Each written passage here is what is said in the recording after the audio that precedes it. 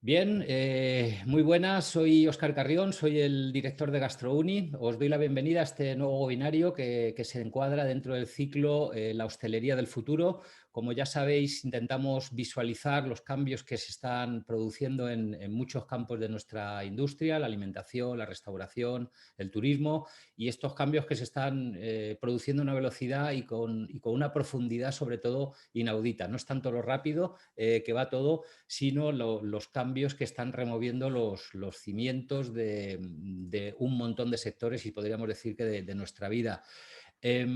Para intentar visualizar bueno, pues acotar en diferentes campos, pues hemos contado con varios profesores de GastroUni para que nos den en estas charlas su punto de vista, qué es lo que ven, que intenten sacar la bolita de cristal y que nos cuenten qué cambios se están produciendo y sobre todo que nos cuenten qué está pasando en sus respectivos sectores, ¿no?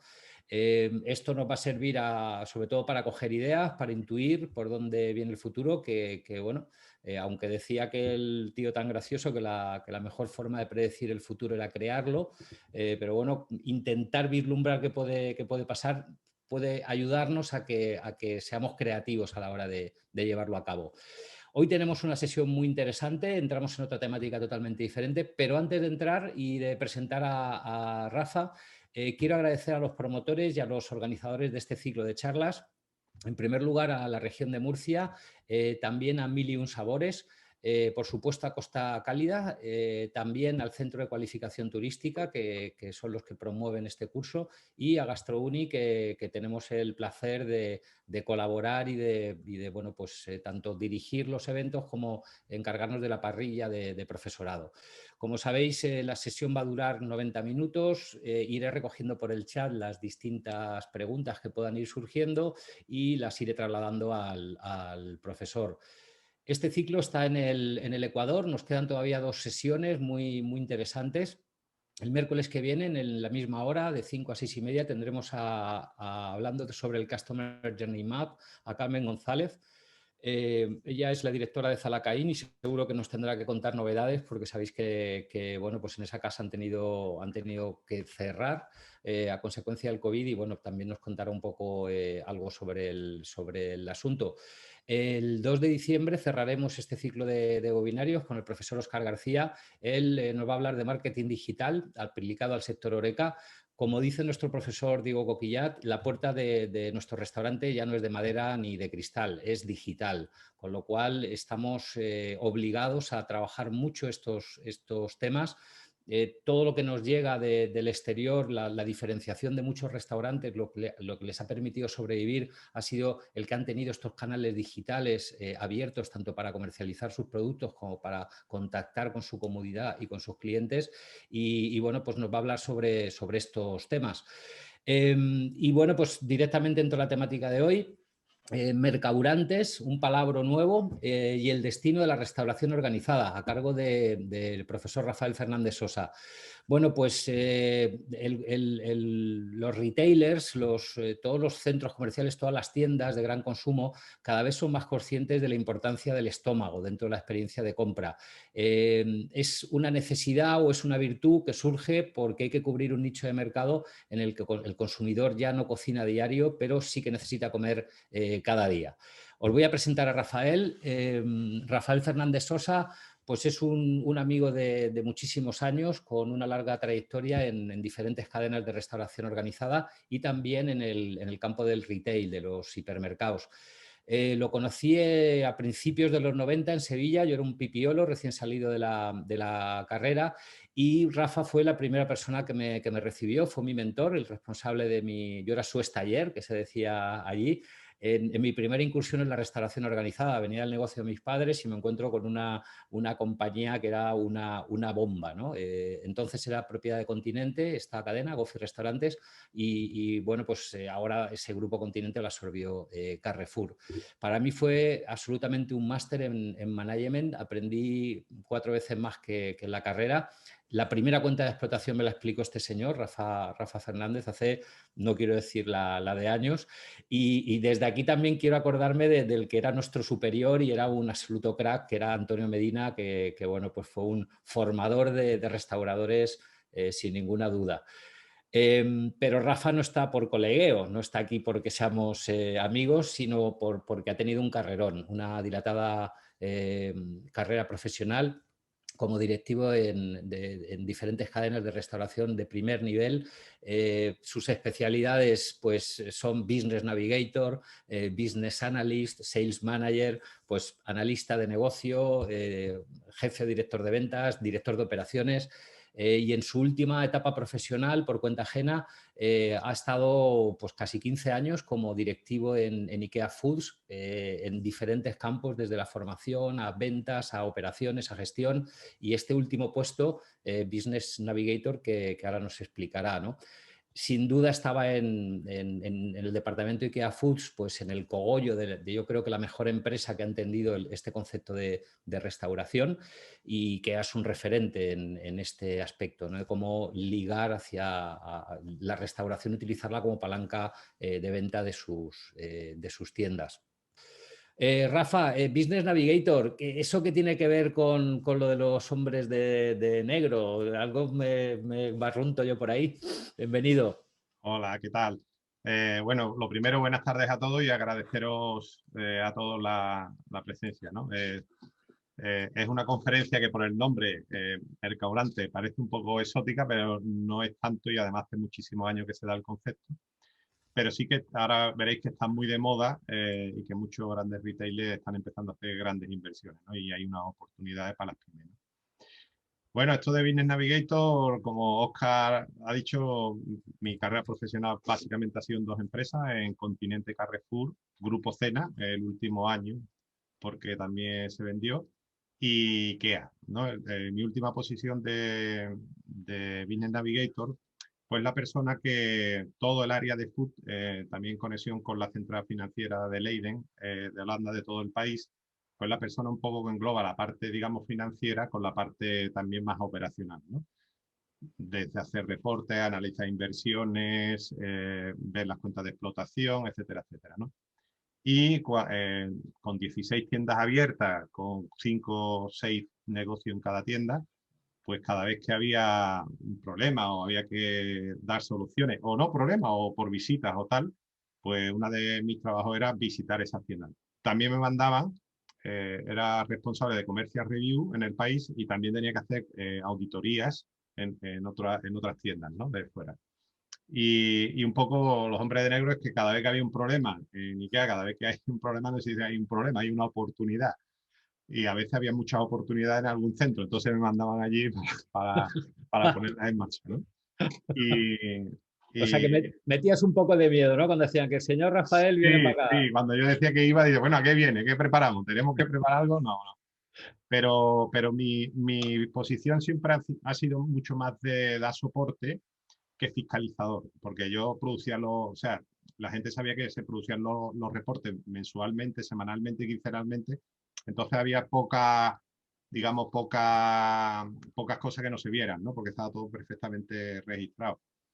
Y era un poco adelantarme un poco a los problemas y era un poco más de apoyo, de soporte. Cuando yo veía que alguna cosa no estaba bien, pues iba con ellos y lo intentábamos poner con planeación y ayudando y dándoles mucho soporte, ¿no? Pero Mucho con, más que fiscalizador. pero con pistola, puño americano, bate de No, no, no. béisbol y todo eso, no, ¿no? No, pero por ejemplo, cuando se analizaban las inversiones, si hay alguien en nuestro sector, por ejemplo, oye, quiero cambiar la sala de lavado. Eso dicho así parece fácil, pero en un sector como el nuestro son 100.000 euros.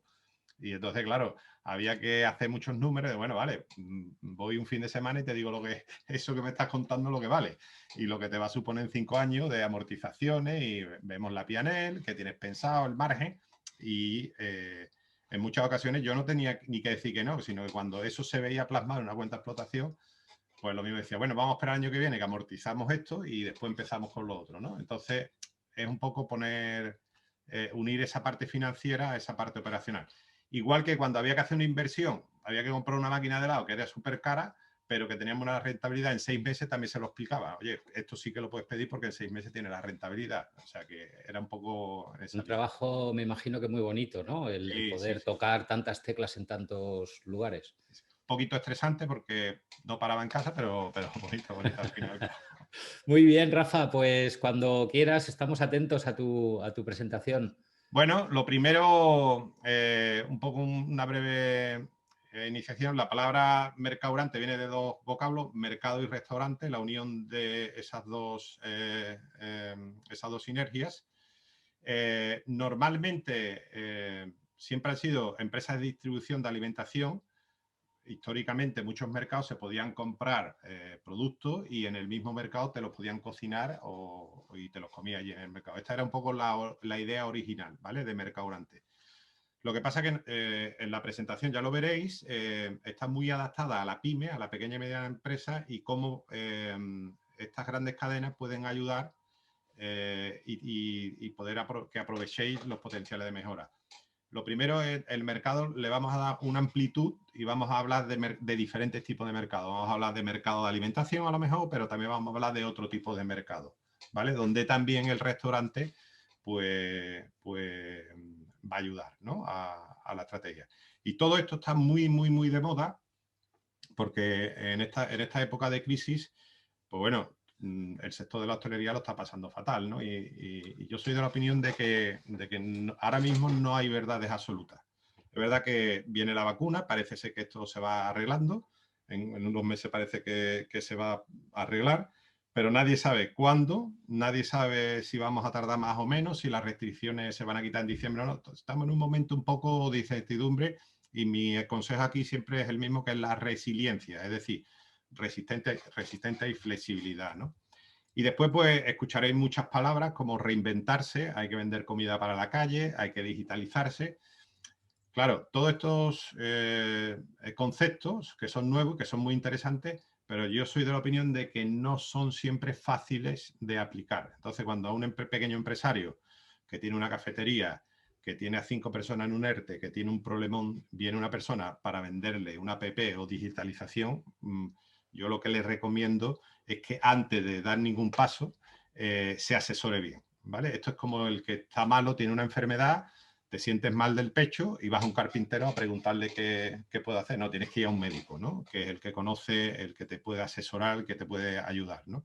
Y esto es un poco mi consejo a todas las pymes, ¿no? Que cuando tengáis un problema, no lanzarse a hacer inversión y tal, sin estar bien seguro y sin estar bien asesorado. Hay empresas que os pueden asesorar, consultoría, etcétera, etcétera, pero que igual que cuando tenéis un problema fiscal, vaya a un especialista fiscal, cuando tenéis un problema médico, vaya a un especialista médico, o si es un problema legal, vais a un abogado, pues en este caso, cuando tengáis un problema, acudir a alguien que os pueda asesorar bien, ¿vale? Esto es lo primero, porque lo que no podemos en la pequeña y media empresa es, en esta situación de crisis, cometer fallos. Esto era a que agraven la mala situación que ya tenemos y que sepáis que siempre se puede empeorar, ¿vale? Nada, siempre se puede empeorar. Entonces, una de las misiones que tenemos ahora es no empeorar la situación tan mala que ya tenemos, ¿vale? Este sería mi consejo. Y vamos ya a la presentación. Vale, pues lo que os vengo a decir, ¿no? Daros la bienvenida a todos. Y lo primero es, como os he explicado, ver qué objetivos tenemos con esta presentación, ¿vale? El objetivo claro es ayudar a la pequeña y mediana empresa de hostelería, ¿vale? Entonces tenemos 3 objetivos que, si se quedáis con esto y os puede ayudar, yo creo que tendría éxito la charla. Primero, conocer los mercadurrantes, entender las claves de los grandes operadores. Es decir, el por qué IKEA tiene un restaurante o el por qué otras empresas montan un centro de restauración.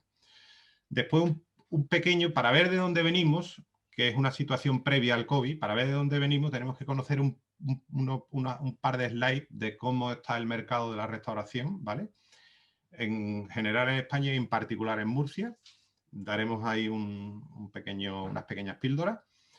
Y después también una cosa muy importante y también yo creo que muy chula, que es cómo podemos aprovechar los nichos del mercado donde hay muchísimo potencial. Estos serían los 3 objetivos, ¿vale?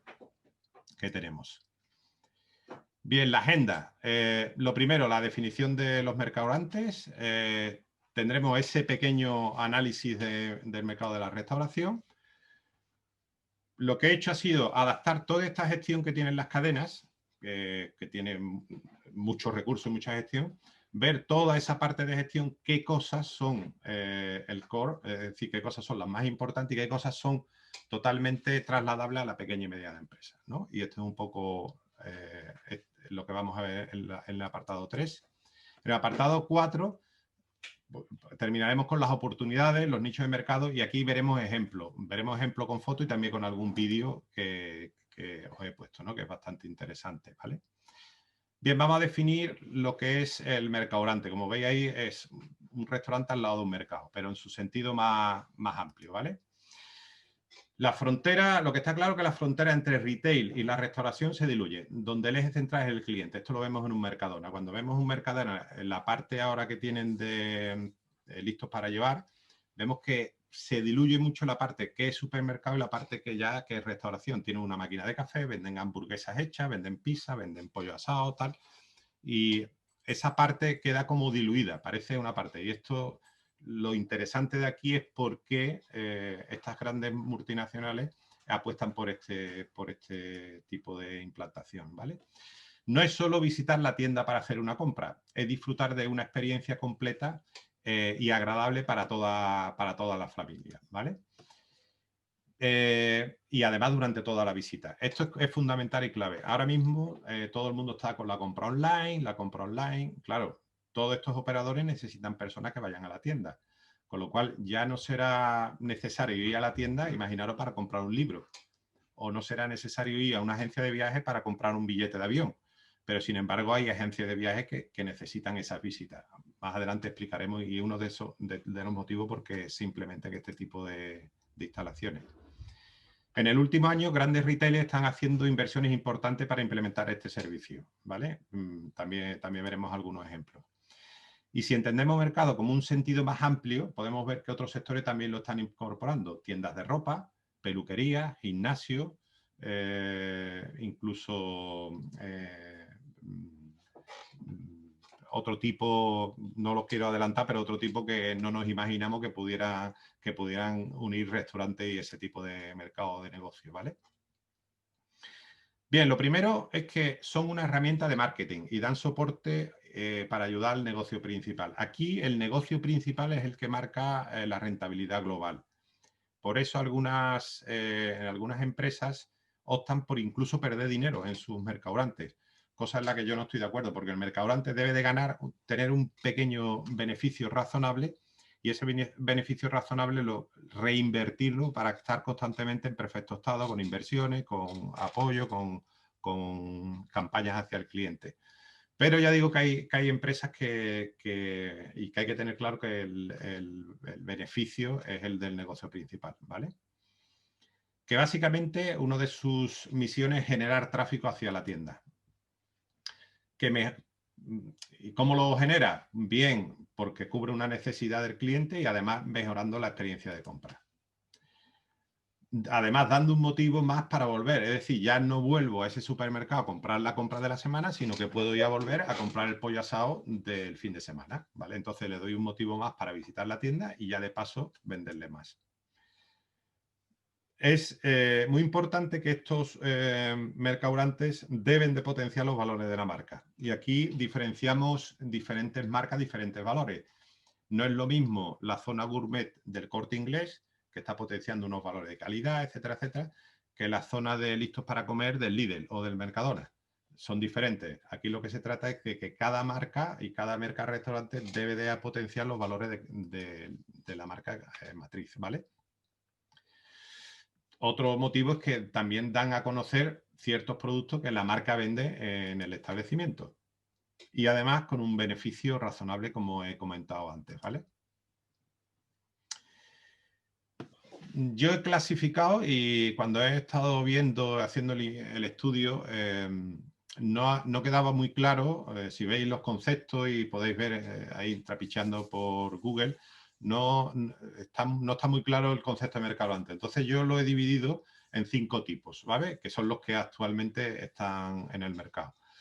El primero, restaurante, cafetería o bistro bajo la misma marca, ¿vale? Es decir, hay un retail importante, por ejemplo IKEA, y tiene un restaurante que se llama Restaurante IKEA, ¿vale? La misma marca. Un servicio y una oferta externalizada en otros operadores. Esto lo podemos ver, por ejemplo, en el Corte Inglés, donde la zona de Gourmet Experience, pues hay diferentes pequeños empresarios que están ahí bajo ese mismo paraguas, ¿vale? Externalizan la oferta. Tenemos Grab and Go. Grab and Go es listo para llevar, ¿vale? Que son un poco un mix lo que puede tener el Mercadona o el Lidl, ¿vale? Y también lo tenemos mixto, es decir, sitios, mercados donde tú puedes comprar el pescado, el marisco o la carne y además que en el mismo mercado, en ese mismo local o en otro local adyacente, en una cocina, te lo puedan cocinar al momento, ¿vale? Y por último tenemos los mixtos, los que son tradicionales, por ejemplo, un restaurante tradicional que además puedes llevarte comida para llevar, incluso se están dando casos ahora, por ejemplo, con Telepisa, que está llegando a acuerdos con cadenas hoteleras donde le están dando el service room.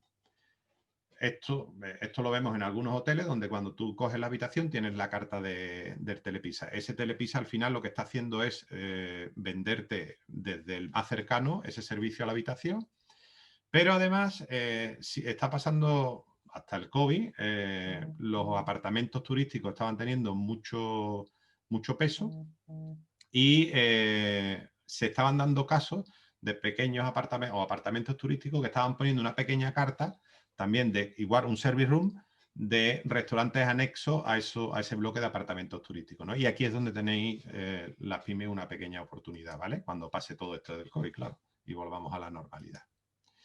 Bien, aquí os pongo unos cuantos ejemplos visuales para que lo tengáis, ¿no? He puesto mi anterior empresa, la primera, IKEA, donde tiene un restaurante, una cafetería, un bistro, donde venden los famosos perritos calientes y una tienda sueca, ¿vale? Pero no es la única. IKEA empezó en el año 58, el restaurante en el año 61, en Malmö, en Suecia.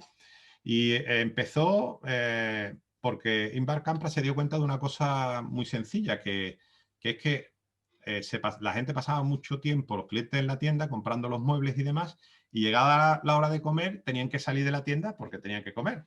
Tenían que ir al servicio, tenían que comer. Los niños. Entonces se dio cuenta que poniendo un restaurante, la gente permanecía en la tienda, no tenían que salir. Y ese es el motivo de tener un restaurante en IKEA. Es un motivo simplemente para que pudieran pasar más tiempo comprando muebles. El motivo original. Y lo que vendían eran unas salchichas tradicionales suecas de cerdo y las famosas albóndigas. O sea, no tenía un surtido grande, simplemente era algo, una especie de picnic para que tú pudieras seguir comprando. Ese concepto se desarrolló con los años y ahora mismo tiene un área independiente, como puede tener ventas, etcétera, y un peso muy importante, por ejemplo, dentro de España, está en el top 15 de las empresas de restauración, con lo que vende, sin dedicarse exclusivamente a la restauración. Después otra muy famosa, que desgraciadamente ya no existe, que es Continente, que un poco como IKEA tenían los restaurantes Continente, lo que ha comentado Óscar, durante muchos años, y después creó la marca Goffi, posteriormente creó Nostru y Tío Tapas, y después cuando Continente se fusionó con Carrefour, lo que hizo Carrefour en este caso fue externalizar ese servicio, es decir, vendió el área de restauración al Grupo Cena.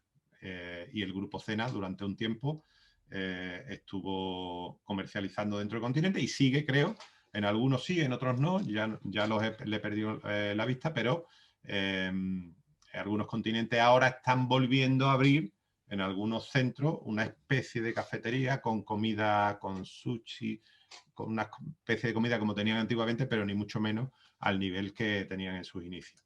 Otro gran retail fue Alcampo, que también tenía su propio restaurante, fue un acuerdo con Flunch, que era del grupo, y Pizza Pie, ¿vale? Alcampo también vendió Flunch, etcétera, es decir, que es un poco parejo a lo que pasó en Continente. Después tenemos Macro, que también tiene su restaurante, ¿vale? Que normalmente Macro se monta en una especie en el parking, y en el parking tiene un pequeño restaurante, y que el objetivo era un poco, Macro son normalmente tenderos los que van allí, usan las horas de poca afluencia de público, y entonces era como darle un servicio a esos tenderos para que pudieran comprar, es decir, oye, voy a comer a Macro, precio económico, y ya hago la compra, ¿vale?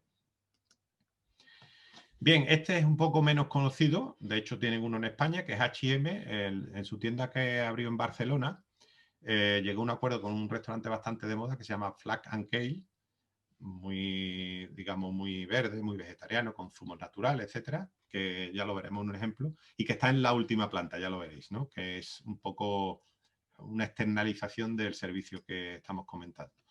He puesto este, hay mucho, ¿eh? Pero he puesto este como curiosidad. Sabéis que la famosa joyería Tiffany Cot, pues bueno, abrió un restaurante que se llama el Blue Fat Tiffany, que es una especie de café muy chulo, así en azul, y ahora creo que lo ha cerrado porque lo está reformando.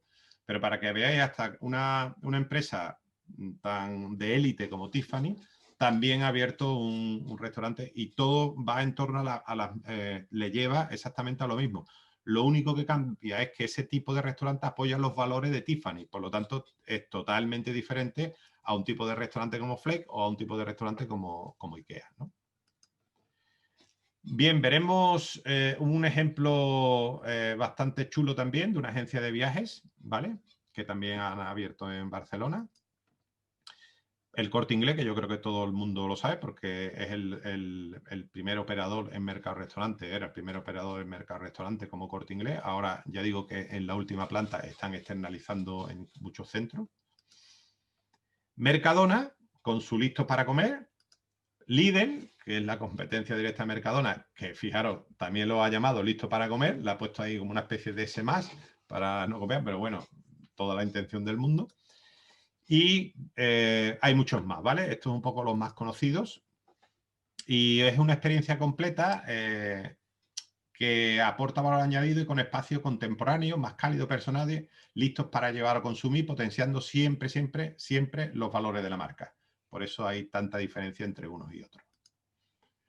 Donde puedes hacer una parada para coger fuerza con un surtido de comida sana, sostenible para la mayoría de los clientes a un precio asequible. Esto es para la mayoría, claro, indudablemente. Si nos vamos a algo muy especial como Blue Coffee en Tiffany o Flake o La Colosal, que son tres, o incluso la zona de gourmet del Corte Inglés, veremos que ahí se potencia mucho más la calidad y tal que el precio. Aunque el precio siempre depende del valor que tenga el producto, ¿vale? No son precios muy, muy bajos, pero sí que son precios bajos en comparación con la calidad o el valor que tiene el producto, ¿no? Bien, para ir ya acotando los temas, ¿qué 10 claves o tareas creo que deberían de cubrir un mercado-restaurante? Claro, cuando una gran organización monta un mercado-restaurante, tanto si lo externaliza como si no, ¿qué busca? ¿Qué necesidades? ¿Qué tareas tiene que cubrir ese mercado-restaurante? Esto es muy, muy interesante, sobre todo si sois pequeños pymes, porque a la hora de hacer, por ejemplo, una propuesta para abrir un local dentro de una gran organización, la tendréis que orientar a esas necesidades, porque esto es lo que le va a aportar valor a la marca y lo que va a hacer que se decida por montar un pequeño retail u otro, ¿no? Y es muy, muy interesante. Bueno, lo primero que lo hemos comentado muchísimas veces, tiene que potenciar los valores de la marca. Es decir, no podemos ir a un H&M, por poner un ejemplo, vendiendo entrecot de ternera. No, no vas a tener oportunidad de abrir no sé, una parrilla allí en la última planta de H&M porque para nada potencian los valores de esa marca. Entonces, si nosotros vamos a optar por una concesión ahí, tendríamos que adaptar nuestra oferta a ver qué valores son los que tiene la marca, adaptar la oferta a esa marca, ¿vale? Otro motivo es que debe de generar tráfico a la tienda. Por eso se busca también marcas en la restauración que sean líderes, que estén de moda, que tengan un producto original, es decir, que sean lo suficientemente atractivas para el cliente que le haga visitar la tienda, ¿vale? Esto es muy importante también. Otra cosa es que deben de reforzar la confianza y fidelización de la marca y sus productos.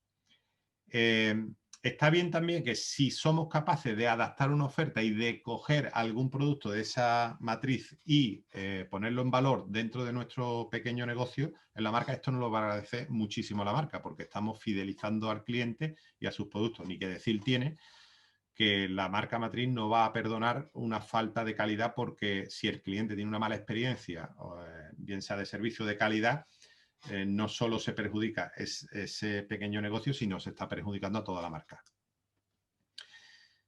tiene que ser una experiencia familiar y divertida. Es decir, esto englobamos si el hecho de ir a comprar un libro no es solo ir a comprar un libro, porque si solo queremos un libro lo pedimos a Amazon, sino es simplemente una experiencia divertida, ir a una librería que te encuentren cuentos para los niños, que tú puedas echar una hoja a las últimas novedades, que haya alguien que te pueda asesorar y además que después puedas hacer una comida con la familia, etcétera. Es decir, está dentro de una experiencia global. En quinto lugar, una cosa muy importante. Hoy en día necesitamos descanso, entonces debe de ser un descanso para seguir comprando. La idea original de Inbound Campus, es decir, vamos a darle la oportunidad, un centro comercial es muy grande, muchas veces tiene muchas plantas, es muy agobiante, entonces necesitamos un descanso de un cliente pueda descansar, tomarse un respiro para después seguir comprando, ¿no? Y este es muy importante porque ahí es donde vienen acciones como que te invitamos a un café, etcétera, etcétera, porque ahí lo que se busca es que el cliente se tome un respiro, ¿no? Porque siempre si tú estás agobiado, si tú estás cansado, te quieres ir de la tienda, ¿no? Yo me acuerdo que en los primeros años cuando abrimos IKEA, en las aperturas, ya no, pero en los primeros IKEA que se abrieron en España, la ley permitía tener los grifos de cerveza libre servicio igual que los refrescos. Había cartelería para no vender a menores, pero estaban en libre servicio, ¿no? Entonces teníamos muchísimos clientes, hombres y mujeres, que iban a IKEA y le encantaba a los hombres. No se escuchaba los chistes. ¿Por qué? Porque era un sábado por la tarde, todo el restaurante lleno de hombres tomando cerveza y las mujeres dando vuelta por la tienda, ¿no? Parecía mentira, pero era increíble la cantidad de personas. Esto se cortó por un tema principalmente por la ley. No se podía dar servicio de cerveza con alcohol. Había que tener un vigilante ahí jurado en cada grifo. Pero tú pagabas una cerveza y te la llenabas las veces que quisieras. Entonces, imaginaros esto en un sábado por la tarde, ¿no? Era increíble. Entonces, eso generaba muchísimas visitas por la tarde. Cuando se quitaron, que se quitó al muy poco tiempo, se redujeron mucho las visitas, porque lo que decían los hombres, yo si me tengo que tomar una lata solo, no me interesa venir, yo venía aquí por la cerveza. Entonces, eso marcó mucho. Entonces, esa área de descanso para seguir comprando es muy importante. Tenemos que ver que ese pequeño de negocio, ese pequeño mercadante tiene que reforzar el perfil de calidad de la marca, ¿vale? Tiene que apoyar esa parte de confianza por parte del consumidor, ¿vale?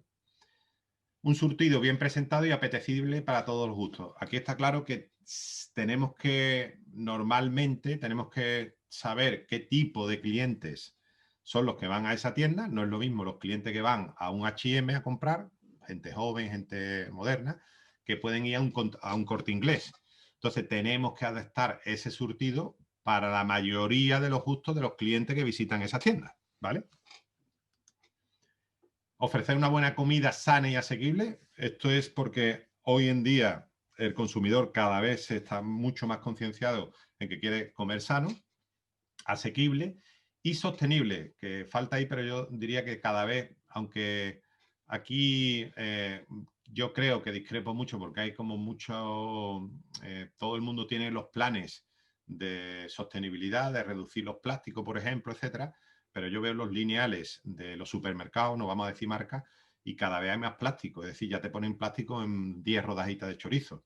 Esto si vas a Suecia no ves ni uno, todo está en una especie de paquete, como antiguamente, que son como de papel y sellado, termosellado, pero es papel y están como envueltos. No ves plásticos duros ahí con 6 rodajas de chorizo. Por un tanto, yo aquí veo una doble moral. Por un lado, estamos diciendo de no dar una bolsa a un cliente en caja, pero por otro lado, cada vez los lineales están más llenos de productos que están metidos en plásticos, ¿no? Entonces, un poco sopla y sorbe a la misma vez, ¿no? Entonces, ¿qué podemos hacer nosotros? Pues ofrecer una comida sana, asequible y dentro de lo que cabe sostenible. En restauración la palabra sostenible tiene que ver mucho con el origen de los alimentos, que si pueden ser de zonas cercanas, de productores cercanos, mucho mejor, pero también la forma de cómo nosotros servimos esos alimentos. Si utilizamos envases para llevar, que sean envases que no sean de plástico, sino que sean envases. Ahora mismo hay plásticos que son biodegradables o que son orgánicos, utiliza ese tipo de material, ¿vale? Ofrecer una buena experiencia, no necesito salir de la tienda y puedo seguir comprando y además para toda la familia. Y por último, tener un servicio al cliente que se autofinancia con un beneficio razonable. Es decir, que todo este servicio que yo le estoy dando a la tienda, al contrario, por ejemplo, como otra serie de servicios, como puede ser, por ejemplo, atención al cliente, que tiene un coste, porque tienes que tener líneas de teléfono, personal atendiendo los teléfonos, etcétera, tiene un coste para la marca. Pues todo este servicio, la idea es que a la marca no tenga ningún coste adicional, sino que encima gane un pequeño beneficio, tenga un pequeño beneficio, ¿vale? Esto es lo que buscan los grandes retailers, como hoteles, centros comerciales. ¿Cómo podemos adaptarnos para ser más atractivos a los clientes y aprovechar este nido de mercado? Pues hay muchísimo potencial aquí, ¿vale? Y estamos en el área 2. Vamos a ver. Vale, el área 2... un momentito. Aquí estamos. El área 2, ¿qué es el análisis de mercado? Os voy a explicar un poquito antes de entrar de lleno lo que he hecho. Ha sido un breve análisis para saber de dónde venimos, ¿vale? Ponemos un poquito el foco en la región de Murcia, ¿vale? ¿Qué ha pasado en Murcia en estos últimos años? Muy rápido. Ver el peso que tienen las cadenas organizadas en comparación con la pequeña y mediana empresa, qué peso tiene, ¿vale? Tanto en número de negocios abiertos como en facturación, como en tráfico de clientes. Y cómo se comportan esos clientes, ¿vale? Cómo se comportan a la hora de ir a un sitio o a otro. Este sería el marco de este pequeñito análisis que vamos a hacer, ¿vale?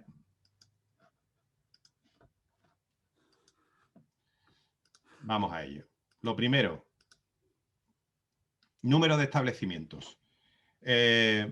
Bien, en España, este es el anual 2019, el 2020 todavía no ha salido, y es, digamos, años vencidos, ¿vale? Pero tendríamos aproximadamente unos 315.000 números de establecimientos de hostelería en general, el mercado de la restauración y la hostelería en España. 315.000 establecimientos, es una barbaridad.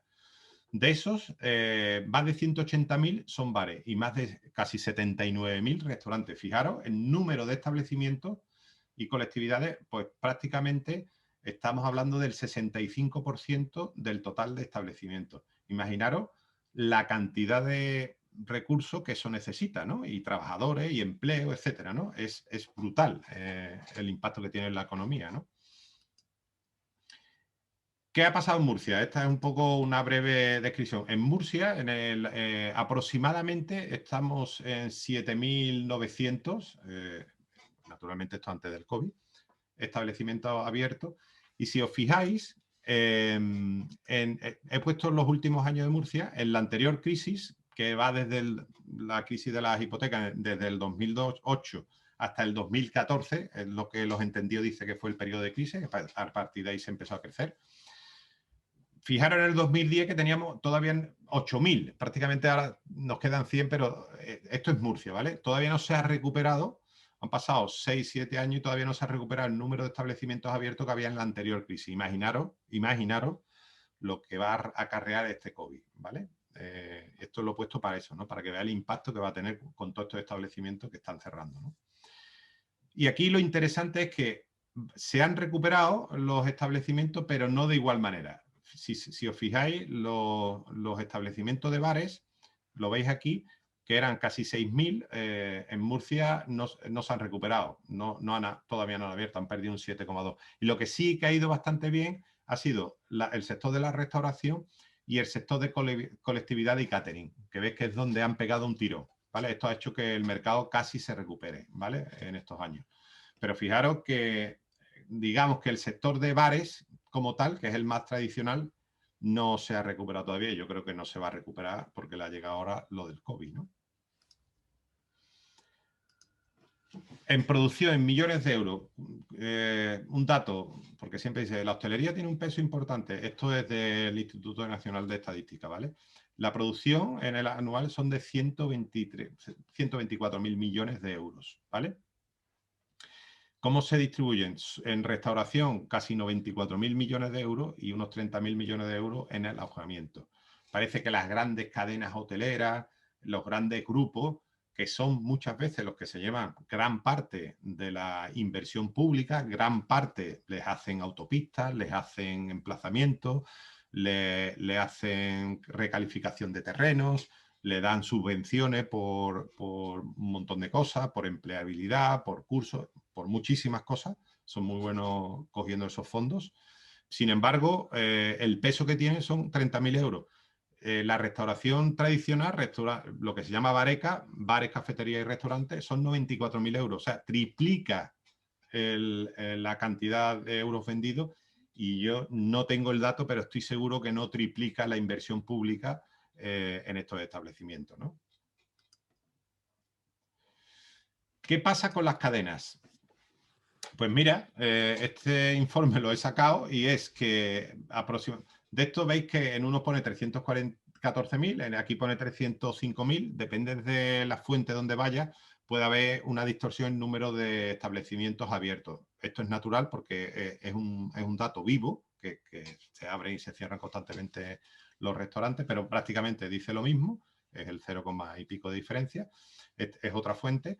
Pero aquí lo interesante es que vemos que el 94% de los locales no pertenece a ningún grupo o cadena. Los establecimientos de subsector Horeca independientes son regentados en su mayoría por autónomos, pequeños y medianos empresarios, contabilizándose unos 290.000 establecimientos dentro de este grupo de pequeños y medianos empresarios.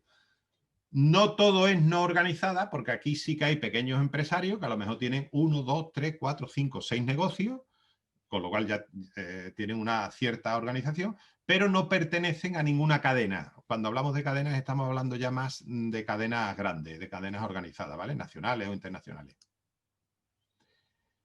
Y esto es súper interesante. ¿Cómo se comporta el cliente? Pues fijaros, es verdad que solo el 94% de los establecimientos son independientes, la cadena pues es un 6% prácticamente, pero fijaros aquí que en el último año, en el 2019, ese 6% ha obtenido el 26,2% del total del tráfico de clientes.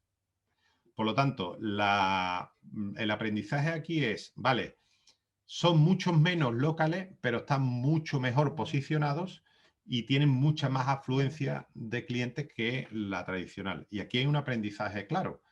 Si sabemos cuáles son las claves para que una cadena abra un establecimiento, cómo miran ciertas cosas, que ahora más adelante la veremos, podemos analizar nosotros también en la pequeña y mediana empresa dónde abrir esos locales para obtener una rentabilidad o un tráfico, si no mayor, pero por lo menos que se acerque un poco más a lo tradicional, porque fijaros, del 94 pasamos al 73. Esto es muchísimo, muchísimo tráfico que estas empresas están abarcando. Pero además se están dando una paradoja, que en los últimos años, como veíamos en Murcia, los locales no se están recuperando, y lo que está pasando es que están cerrando locales de la restauración, digamos, más tradicional, y se está haciendo la tarta, están cogiendo más sitio las cadenas. Esto se ve en el día a día, en el centro, por las ciudades, donde se van poco a poco desapareciendo esos pequeños locales de restauración y están empezando a aparecer pequeñas cadenas o cadenas un poco más grandes que están empezando a cubrir ese mercado que desaparece. Y aquí el mensaje es claro, las pymes tienen que organizarse, y si en Murcia hay 8.000 pequeños establecimientos, pues tendrán que hacerse grupos de establecimientos y ver en qué cosas se tienen que poner de acuerdo, por ejemplo, en tener centrales de compra, negociar con los proveedores no uno por uno, sino en bloque. Hay muchas oportunidades de mejora en este sentido, porque el número de establecimientos es muy superior. Pero, sin embargo, no consiguen, por ejemplo, los precios de coste que consigue una gran cadena, teniendo tráfico. Entonces, esto es lo que nos tiene que dar a pensar y buscar las oportunidades, ¿no? Pues un poco resumen, más de 300.000 establecimientos, en Murcia unos 8.000. La producción del sector hostelería son 124.000 millones, el Bareca, bares, restaurantes y cafeterías, son 94.000 millones, o sea, triplica el sector de los hoteles, etc. 94% de los establecimientos son regentados por pymes, el 6% de establecimientos son cadenas que obtienen más del 26% del tráfico, y el sector está en un proceso de concentración entre las grandes cadenas ya existentes y las nuevas cadenas franquiciadas que están surgiendo. Están surgiendo un montón de pequeñas franquicias que están agrupándose, ¿vale? Bien, vamos al tema 3, que es la gestión y las áreas de enfoque, ¿no? Esta es la parte un poco más fuerte mía, que es lo que he hecho en los últimos años. Entonces aquí lo que he intentado adaptar todas esas herramientas de control de gestión que se usan en las grandes cadenas, en las grandes multinacionales, a una implementación local, ¿vale? ¿Qué parte de la gestión las pymes pueden mejorar, ¿no? Y aquí incidiremos en unas cuantas que yo he observado en estos años que carecemos en la mayoría del Estado, aunque hay unas zonas más que otras. Sí que es verdad que hay zonas que han avanzado en la gestión, que han avanzado en la preparación o cómo se gestionan los restaurantes o las pequeñas empresas de hostelería, pero sí que de manera global en España hay mucho potencial en ese. Y además daremos algunas píldoras, ¿vale? Hay una parte que son las áreas de enfoque y daré algunas píldoras. Volvamos a la presentación. Muy bien. Bueno, ¿qué cosas hay que tener?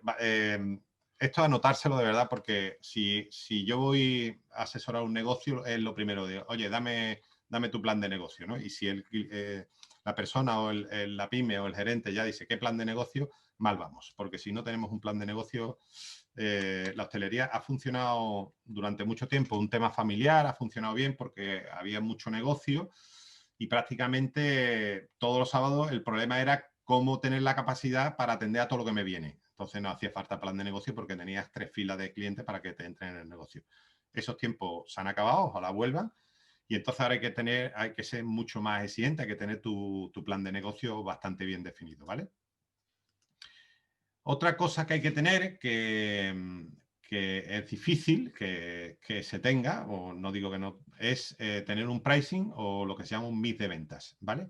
Que es un presupuesto anual de venta, que esto más o menos, ¿cuánto vendes al año? 4 millones de euros. ¿Va? Esto más o menos la gente lo sabe, pero cuando se habla dice, vale, y de los 4 millones de euros que tú vendes, ¿cuánta cerveza vendes?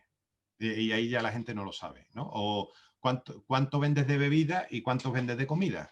¿Cuánto vendes de desayuno y cuánto vendes de cena? Esto ya la gente ahí no lo sabe. Y hay que tener un pricing completo, donde se venga reflejado las ventas a nivel de producto, los márgenes que te deja el producto y las compras. ¿Por qué?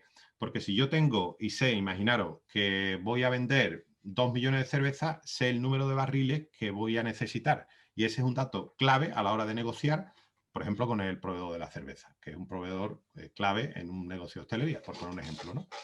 Entonces, y si además de eso yo me uno a 3 más, a 3 locales más que están en mi misma calle o en el centro de Murcia, o 5 locales más, podemos ir con ese número total de barriles al operador. Y os puedo asegurar que no es lo mismo ir con un consumo, imaginaros, de 1.000 barriles anuales que 10.000 barriles anuales.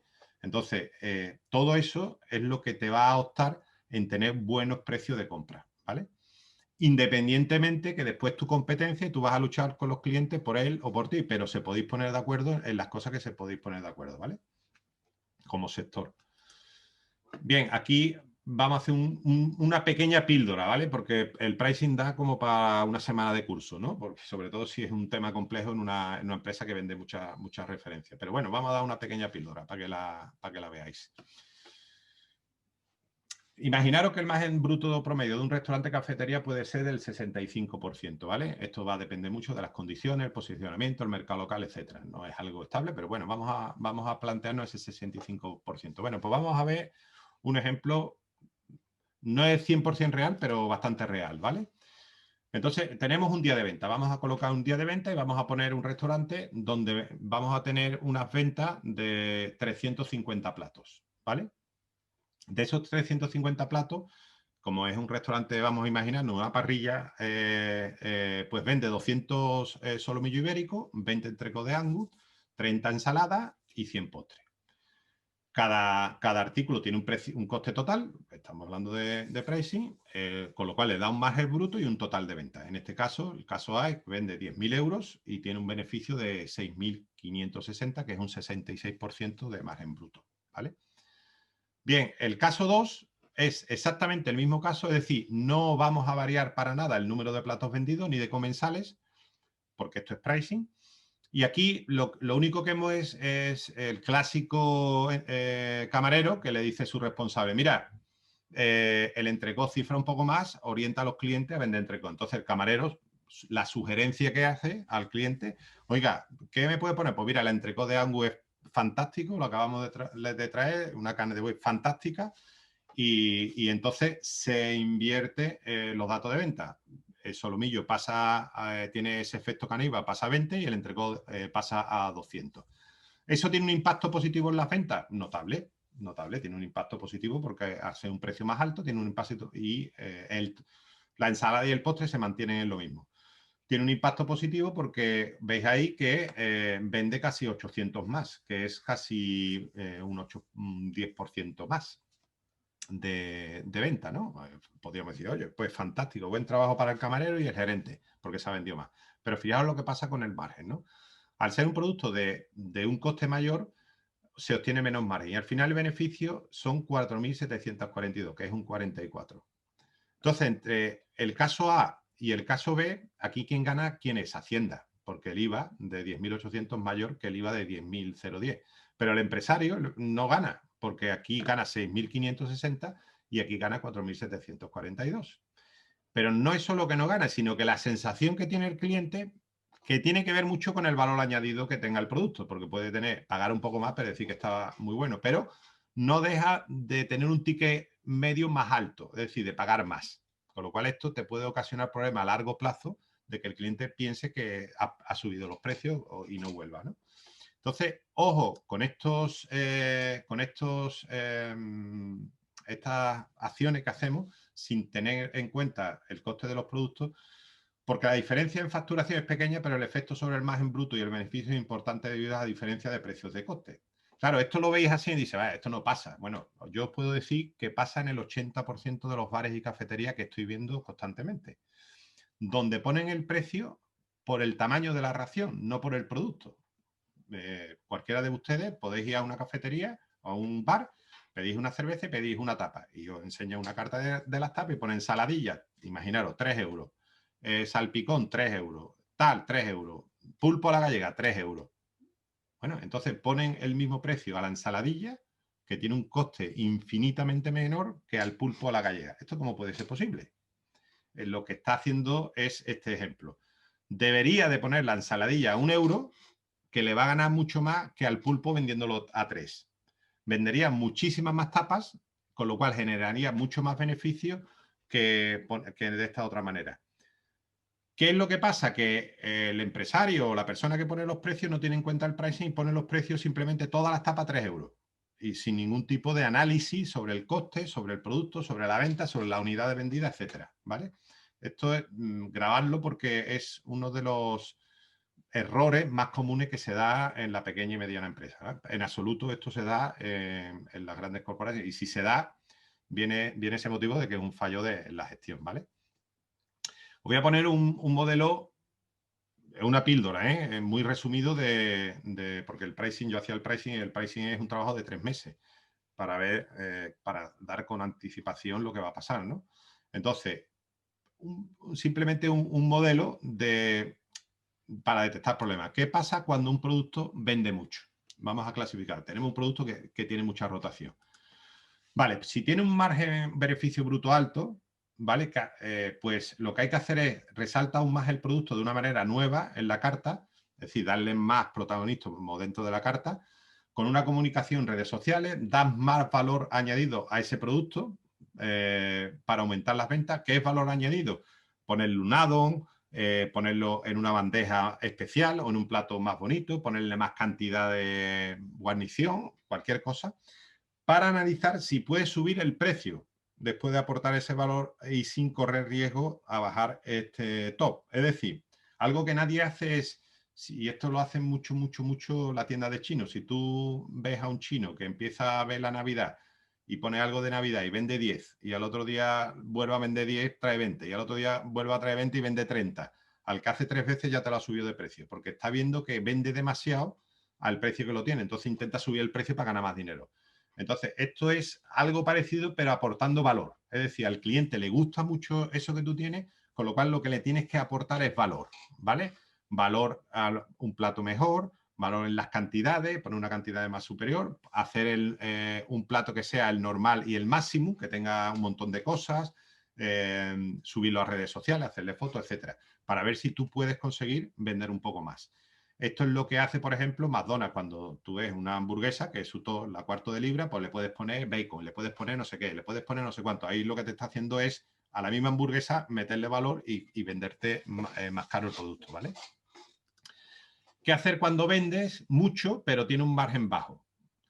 Pues reduce el coste si es posible, sin sacrificar la calidad. Esto está claro, es decir, si puedes renegociar el producto porque estás vendiendo mucho y a lo mejor no lo tienes bien negociado y tiene capacidad de bajar el precio de coste, solo o en compañía, es decir, uniéndote a otros operadores.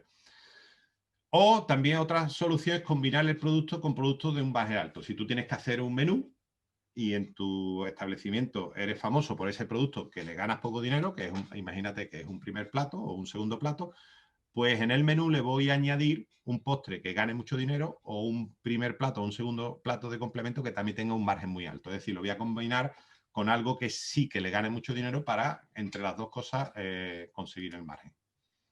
¿Qué pasa cuando un producto vende poco?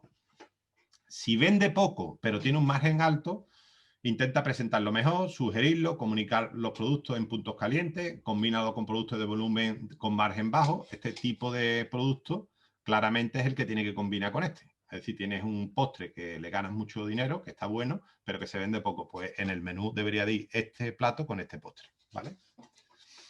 ¿Y qué hacer con un producto que vende poco, pero además de vender poco, tiene un margen bajo? Pues bueno, lo que hay que hacer, si no tienes un motivo muy, muy, muy especial y no es importante para el negocio, deja de venderlo, ¿vale? Esta es la clásica decisión, lo has tenido durante X años y tal, pero si no es importante, no es estratégico para tu negocio, deja de venderlo, ¿vale? Este es un poco unas píldoras a nivel de pricing, ¿vale? Sistematizar los procesos y operaciones, está claro. No puede pasar que cuando el gerente está, se hacen las cosas bien, cuando no está, no se hacen bien. Todo tiene que estar sistematizado, todos procesos y operaciones, y hacerlo por sistema. Para eso tienes que tener toda una serie de rutinas establecidas y bien definidas y bien formado el personal, ¿vale? Está claro. Y además tener la PPC, todo el mundo sabe que lo más importante es la seguridad alimentaria y para nada podemos dejar es prioritario tenerlo implementado al 100%. Tenemos que tener unos controles de seguimiento y se pueden tener muchos, ¿no? Pero como imprescindible, venta, tickets medios, margen y productividad, ¿vale? Y otra cosa que te ves muchísimos negocios que no tienen es la cuenta de resultados y seguimiento, lo que Óscar comentaba y hay muchos cursos sobre el tema. Os voy a dar también aquí una pequeña píldora sobre la cuenta de resultados. Se llama cuenta de ganancias y pérdidas, cuenta de resultados y en inglés le decimos profit and loss, ¿vale? P&L. Por si algún día veis alguna documentación en inglés, pues se llama profit and loss, P&L. Entonces, sirve para estimar el volumen de ventas necesario para cubrir los gastos, genera unos beneficios razonables, es decir, aquí te presupuestas qué vas a invertir, pero también tienes que presupuestar los beneficios. Los beneficios no es el resultado de una gestión a ver si este año se me da bien o se me da mal. Los beneficios los tienes que poner y son un dato fijo y a ver qué haces arriba para conseguir esos datos fijos, ¿vale? Esto empieza a mentalizar. El beneficio es un dato tan fijo como la venta. Y si no se da en los primeros meses, hay que cambiar entre la venta y ese beneficio en cosas para que el beneficio se mantenga, ¿vale? La gestión de un restaurante, hay aspectos donde el gerente o la gerencia se puede influir y hay aspectos del restaurante donde no se pueden influir. Y esto es muy importante. ¿Dónde podemos influir? Podemos influir en las ventas, podemos influir en el coste de alimentos, podemos influir en el beneficio bruto, podemos influir en el coste de personal o podemos influir en el coste de explotación, ¿vale?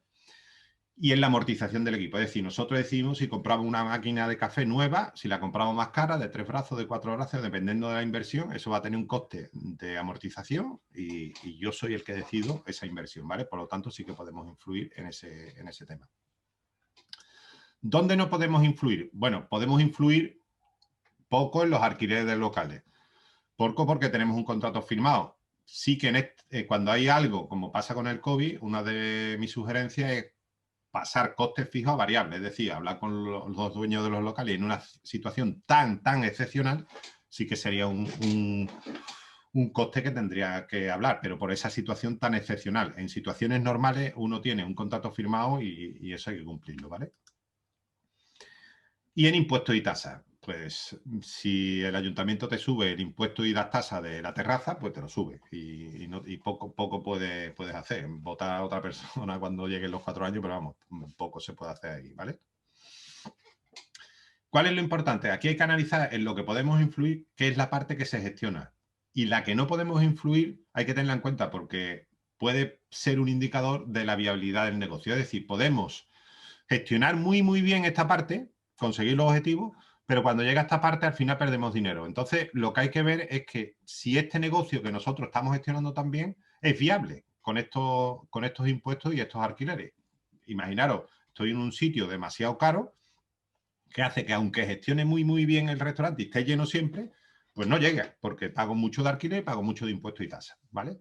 Con lo cual, aquí la solución es mudarte, es decir, cambiar de sitio donde obtengan unos alquileres más adecuados y unos impuestos y tasas más reducidos. A ver qué hace por aquí. Pero Rafa, sí, ¿qué porcentaje sería el que puede soportar habitualmente una cuenta de explotación en alquiler? ¿Un 5, un 10, un 15? depende mucho del gross margin.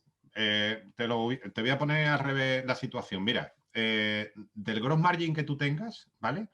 Aproximadamente del 20 al 25% es staff cost, ¿vale? Esto es, entre un 6 y un 10%, también dependiendo la unidad, lo grande que sea, estamos hablando de costes operacionales, limpieza, mantenimiento, materiales desechables, la luz, el agua, todo ese tipo de cosas, entre el 7 y el 9%, vamos a decir, para acotar un poquito más.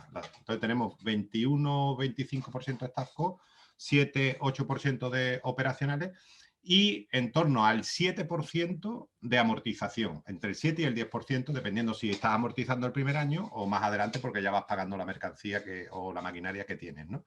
Tienes 25, redondeando, más 10,35, más 10,45, ¿vale? Si tienes un 65% de más gente, quedan 25. Si Okay. quieres ganar un 15, pues tu alquiler y tasas es en torno al 10. Sí, Este, porque, este sí, porque es normalmente, perdona, es que se suele hacer sobre las ventas, pero me parece muy bien que sea sobre ese factor margen, ¿no? claro, porque las ventas al final son ventas, pero lo que necesitas eres el margen. Ahora lo explicaré. Es decir, este tema tú has vendido y tienes unos recursos. Y esos recursos tienes el 15% que has dicho que quieres ganar, ¿no? Y hemos dicho que ese 15% no se mueve. Pues entonces tienes el staff cost, que es en torno al del 20 a 25, ya te digo, depende, no es lo mismo un McDonald's que un restaurante de 5 estrellas. El staff cost es diferente, lo que cobra un chef, Pero lo que cobra perdona, un hotel. staff cost, coste de personal. Exacto. No es Vale. lo mismo, entonces depende mucho del tipo de negocio que tiene, donde se invierte mucho más el sueldo más alto, también el margen no es un 65, puede llegar a un 80, porque estás vendiendo un cubierto a 150 euros. Es decir, que vas jugando con el margen que tengo, el staff cost, que es el coste más importante después del coste de la comida, y los operacionales, que ese sí se mantiene entre el 7 y el 9%, y el coste de amortización que se viene manteniendo entre un 10%. Tú te puedes endeudar más, siempre hay quien se endeuda más, pero esto es como cuando vas a un banco y te dice, oiga, voy a pedir un préstamo en hipoteca, y dice, ¿usted cuánto gana? 50.000 euros al año. Dice, pues yo le voy a dar el 30% o sea, usted tiene la capacidad de endeudamiento del 30% de sus ingresos. ¿Por qué? Porque se estima que si te endeudas más del 30% de tus ingresos, empiezas a no poder salir, a tal, y se raya la cosa. Pues el porcentaje en lo que tú te puedes endeudar, quitando los beneficios, es lo que te queda del gross profit, pagando staff y operaciones y amortización de la maquinaria. Y este es un poco, si yo me voy a montar un restaurante donde voy a traer un diseñador de Suecia, un arquitecto de no sé qué, y me voy a gastar un pastonazo enorme en amortización, porque lo requiere el restaurante, porque lo voy a hacer en una torre, etcétera, y pues el alquiler, si es también muy grande, lo que le pasa a los grandes chefs estos de 3 estrellas Michelin, que a los 3 años tienen que cerrar, porque la parte financiera no da para tanto y ganan mucho dinero y están llenos tienen libros de reserva por años, pero no, el negocio es inviable, ¿vale? Con esa estructura de gasto. ¿Te fusila un poco lo de la cuenta de explotación o qué? Bueno, no, pero es lo que dije, cuando uno tiene un problema médico, va a un médico, es legal, va a un abogado, pues cuando alguien se plantea hacer una inversión de este calibre, tiene que ir que se asesore bien con alguien que le diga, oye, ¿cuánto vas a ganar? ¿Cuánto vas? Y que le oriente con grandes cifras. Y esto mismo te va a dar, o sea, no te está quitando la idea de hacer lo que tú quieres, sino que te va a limitar y tú mismo vas a decir, bueno, hasta aquí no puedo llegar. Oye, yo no voy a poder traer mármol de Carrara de Italia. Voy a tener que coger aquí otro mármol porque este se me va de presupuesto. Entonces, este es el tema que tú tienes que tener en tu mente, que la inversión que tú hagas la tienes que pagar en 5 o 10 años, dependiendo si es maquinaria o inversión de locales, y que eso va a tener un coste mensual. Y lo tienes que tener en cuenta, ¿vale? Simplemente. Ahora lo veremos un poco más en detalle. Esta es la parte que hemos visto, está claramente. Esto sería una cuenta productiva. Esta sería la parte de ventas, esta sería la parte que sí que podemos gestionar y esta es la parte que no podemos gestionar, ¿vale? Esto es igual que cuando se dice, oye, yo soy el dueño del restaurante y yo he ganado, imaginaros, el 15%. Digo, pero tú estás en staff cost, o sea, en coste de personal, tu salario, tú echas allí más de 40 horas, ¿tú tienes un salario? No, yo no tengo un salario, entonces tú no has ganado dinero, porque si tú tuvieras un salario, tú perdías dinero. Y tú no haces una inversión. Si tú haces una inversión y trabajas las 40 horas, te tienes que poner como un coste de personal.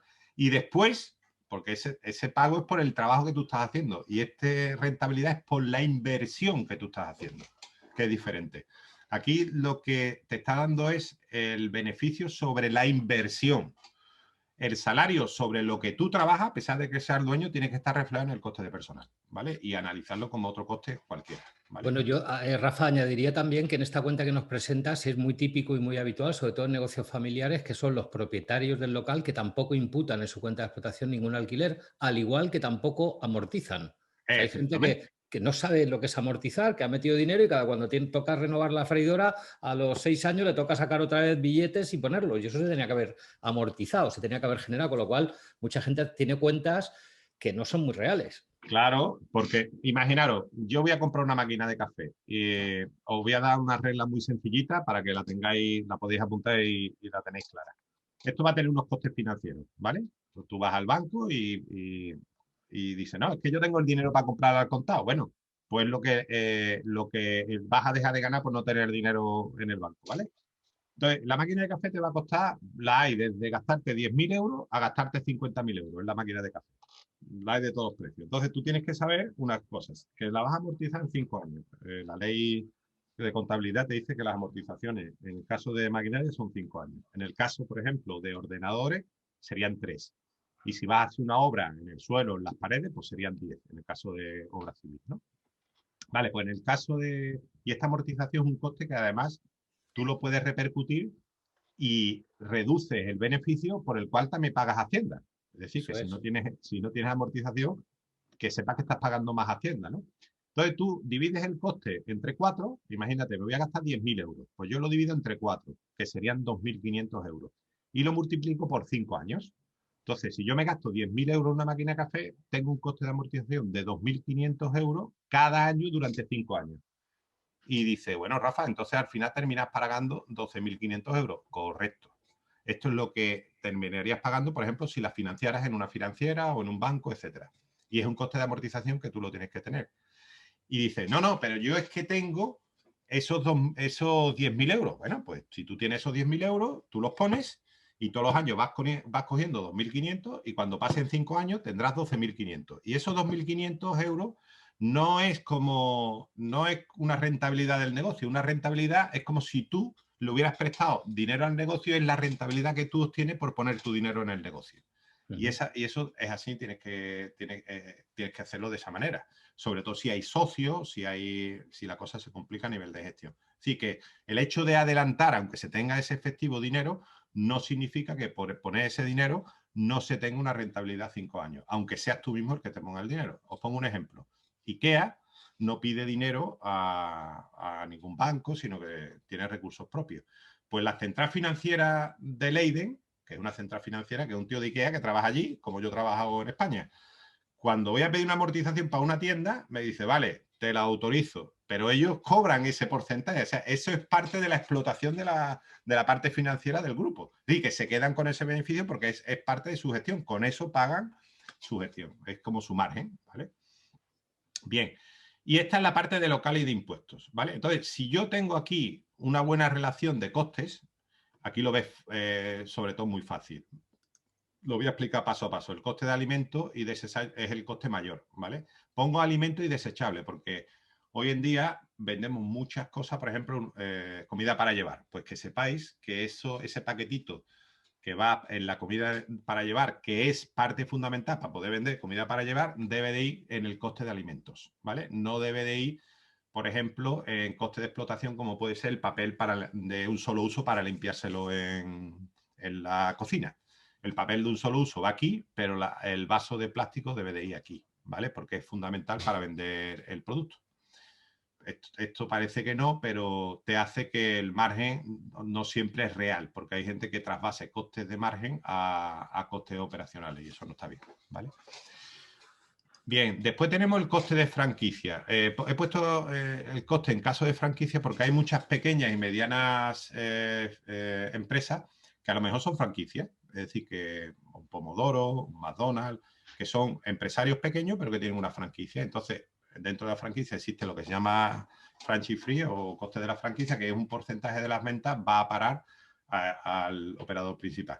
Esto, por ejemplo, si tú vas a montar en el Corte Inglés, en el Gourmet Experience, un negocio, que sepa que te puede venir algún tipo de coste por franquicia. O si tú montas un negocio, por ejemplo, en un aeropuerto, se quedan con parte de las ventas tuyas, ¿vale? Y esto lo tienes que tener en cuenta.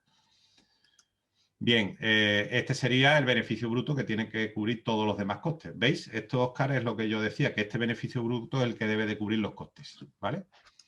El coste de personal es el segundo coste más alto. Después tenemos los costes de explotación, que serían material, desecho, gas, agua, electricidad, químicos, etcétera, que está en torno del 7 al 9%. Y eso te da el beneficio de explotación 1, ¿vale? Que es un poco el beneficio que tú tienes por la gestión del restaurante.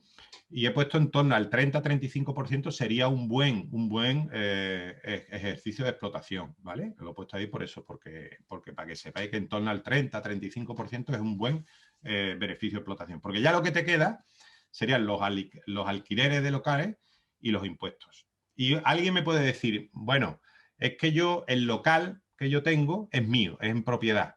Da igual. Si tú eres uno de los socios que tienes un local y lo pones para ese negocio, tú como dueño del local tienes que cobrar un alquiler a ese negocio por ese local, porque el local no es de los demás socios, es tuyo. Entonces tú tienes que cobrar un pequeño alquiler porque tú eres el que está poniendo el local. Entonces, da igual que el local sea tuyo o sea realmente alquilado. Tiene que haber un alquiler de ese local. Si es tuyo, pues tú tienes que decir, oye, este local es mío. Bueno, pues yo voy a cobrar 1.000 euros. Pues voy a sacar 1.000 euros de este negocio y lo voy a meter en otra cuenta porque sé que este es lo que tengo que pagar de alquiler. Porque si no lo haces, tampoco es real la cuenta de explotación porque nadie será rentable porque tú pones el local, pero si tuvieras que irte a un local alquilado perderías dinero. Entonces, aunque el local sea tuyo, también tienes que reflejar un coste de alquiler, ¿vale?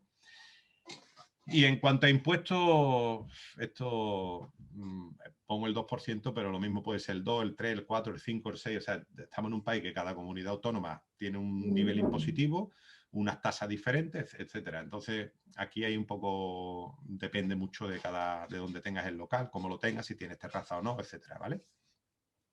Y por final te queda el beneficio de explotación número 2, que este es el real, este es el dinero que a ti te queda realmente, ¿vale? Que son los 75.000 euros, ¿no? Que en torno al 15%. Un beneficio de un 15% del total de las ventas, si has obtenido ingresos por los alquileres, si estás teniendo en cuenta las amortizaciones, etcétera, etcétera, es mucho dinero. ¿Por qué? Porque este sería el beneficio monetario, pero hay un beneficio también en lo que se llama el cash flow, que es que tú has empezado sin ser dueño de una cafetera y vas ganando dinero, pero es que a los 5 años ya eres dueño de la maquinaria que has tenido. Es decir, que no solo ganas por aquí, sino también estás ganando por las amortizaciones, porque vas pagando aquellas cosas que has comprado, ¿vale? Entonces, esto pasa si en lugar de alquiler compras un local. Al final, el coste de alquiler sería coste de amortización del local y al final el local es tuyo. Con lo cual, ganas por el saldo corriente, la tesorería, pero también ganas porque el negocio se va haciendo cada vez mayor. Si esto ganas el 15%, pero después el año que viene abres otro local y después abres otro local y después abres otro local, vas aumentando las ventas, después tienes un beneficio de marca. Es decir, si tú vendes ese negocio, tienes un beneficio, lo que se llama el cash flow por la explotación, pero también por el mismo negocio, lo que el negocio genera, ¿vale? Y después tenemos, esto ya lo he dicho, ¿vale? Si el beneficio de explotación, el resultado final de ganancia y pérdida, incluyendo costes de la gestión de restaurantes, no se puede controlar, esto quiere decir, si tú pierdes dinero, aquí ganas dinero, pero si tú perdieras dinero y tienes un buen gross margin 1, posiblemente la decisión que tengas que tomar aquí es cambiar de un poco de sitio, intentar, pero la viabilidad es difícil, ¿vale? Sí, lo que pasa es Bien. que, Rafa, muchas veces las grandes cadenas lo que tienen son esas ubicaciones premium que valen un pastizal, ¿no? O sea, que al Claro, final claro. su volumen le permite ese porcentaje altísimo de alquiler. Pero bueno, eso sería otra guerra. Está muy orientado, ya te digo que nosotros pagamos, o sea, a pesar de ser una gran cadena, siempre hay un coste que se paga a la central financiera, que es como que la que te da el dinero por esos locales, por esas ubicaciones. Se paga por metro cuadrado, o sea que se paga también, ¿no? Son muchísimos aspectos de nuestra gestión los que tenemos que controlar. Para ayudarnos podemos utilizar la herramienta de las 7 áreas de enfoque, ¿vale? Que es un poco a lo que voy también ahora, ¿no? ¿Qué son las herramientas de las 7 áreas de enfoque? Bueno, tenemos siete enfoques.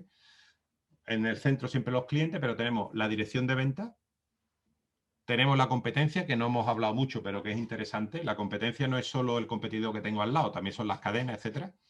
La gestión de artículos, lo que se llamaría el pricing, etcétera. El business plan, el plan de negocio, etcétera. Los básicos, que es la limpieza, el orden, los APDC, la seguridad alimentaria, etcétera. Y nuestros colaboradores, que muchas veces también la pequeña y media empresa nos olvidamos, ¿vale?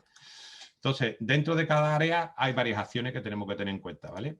Debemos tener un seguimiento de esas acciones y en caso de desviaciones, un plan de acción en caso necesario, ¿vale? Para ayudarnos a gestionar todas estas áreas de enfoque tenemos un checklist. Yo lo voy a poner, va a ser muy rápido porque no tenemos ya mucho tiempo, vamos un poquito pasado, pero que sepáis que, como he dicho, cualquier cosa que no entendáis o que hay aquí algunos conceptos en inglés, os lo puedo decir, ¿vale? Bien, dentro de la dirección de cliente hay una serie de aspectos que yo creo que son novedosos. Lo primero, las 10 preguntas más frecuentes. Eso está en inglés, que es Frequent Asked Question. Las 10 preguntas más frecuentes es recoger, cuando tú tienes un negocio y un cliente entra y te pregunta algo, es porque tienes, entre comillas, un fallo. Hay algo que el cliente necesita y por sí solo no lo encuentra. Entonces hay que anotar esas 10 preguntas y tomar conciencia de ellas, porque si el cliente pregunta, oye, ¿hay menú? Y eso te lo preguntan 6 de cada 10 clientes, indudablemente, si no tienes menú, ponlo, porque la mayoría de tus clientes están preguntando por el menú. ¿Vale? Es muy interesante. Tendrías que hacer un seguimiento, hacer un plan de acción y después de ponerlo en marcha, ver si esa pregunta se repite o finalmente ya la gente le resuelve las dudas. Después otro muy rápido, el Customer Flow. El Customer Flow, y aquí viene, porque esto se analiza muchísimo en las grandes cadenas, es ver los flujos de clientes y se tienen estudios de dónde montar y qué flujo de clientes vas a tener. Os pongo un dato muy significativo, muy pequeño, un ejemplo muy pequeño. Vamos un poco tarde. Imaginaros que estáis en el centro de la ciudad, ¿vale? Un pequeño negocio en el centro de la ciudad. Y al lado cerca hay un cine, ¿vale? El cine tiene 10 salas. Vale, pues de las 10 salas, si esto pasase antes del coronavirus, por ejemplo, pues seguro que hay 8 películas que están ahí de medio pelo y hay 1 o 2 que son las buenas, que son las que tienen la sala llena. Pues hace unos meses, muchos meses, yo creo que la última fue la de, bueno, cualquiera, ¿no? Bueno, pues esa la tienes que tener muy controlada, porque no es lo mismo que cierre una sala de cine a las 9 de la noche, una que vayan 10 a verla, que esta que cierra a las 9:30, que dan 300 personas a verla, ¿vale? El Joker era la que estaba pensando, que estaba la última vez que fui al cine, fui a ver esta y estaba lleno. Entonces, claro, cuando salimos, pasamos por un centro comercial, eran las 9, era temprano, las 9:15 de la noche, y estaban todos los restaurantes montando la terraza. Todavía no estaban ni abiertos. Y yo digo, bueno, vamos a ver, esta gente no se han enterado que ahora, hasta dentro de 2 horas, no van a venir este flujo de clientes.